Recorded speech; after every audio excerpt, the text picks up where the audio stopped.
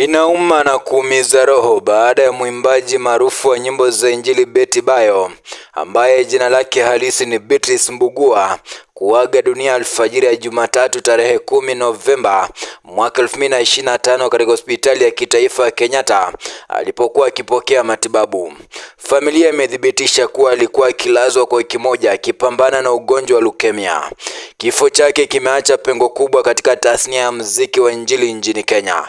Kumbukumbu zake akiwashauri wanawake kutokata tamaa zitazidi kukumbukwa. Tutazidi kuenzi na kukumbuka nyimbo zako za Injili zilizotikisa na kubadilisha maisha ya wengi. Laiti ungalikuwa mzima ukamlea mwanao wa kike aliyekuwa na talanta kama yako.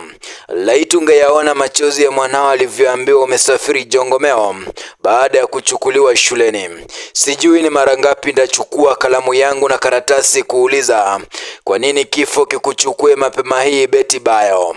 Safiri salama, msalimu Maulana, tutapatana baadaye. Mungu ailaze roho yako mahali pema peponi. Siku zote tuzidi kuombeana mwisho mwema.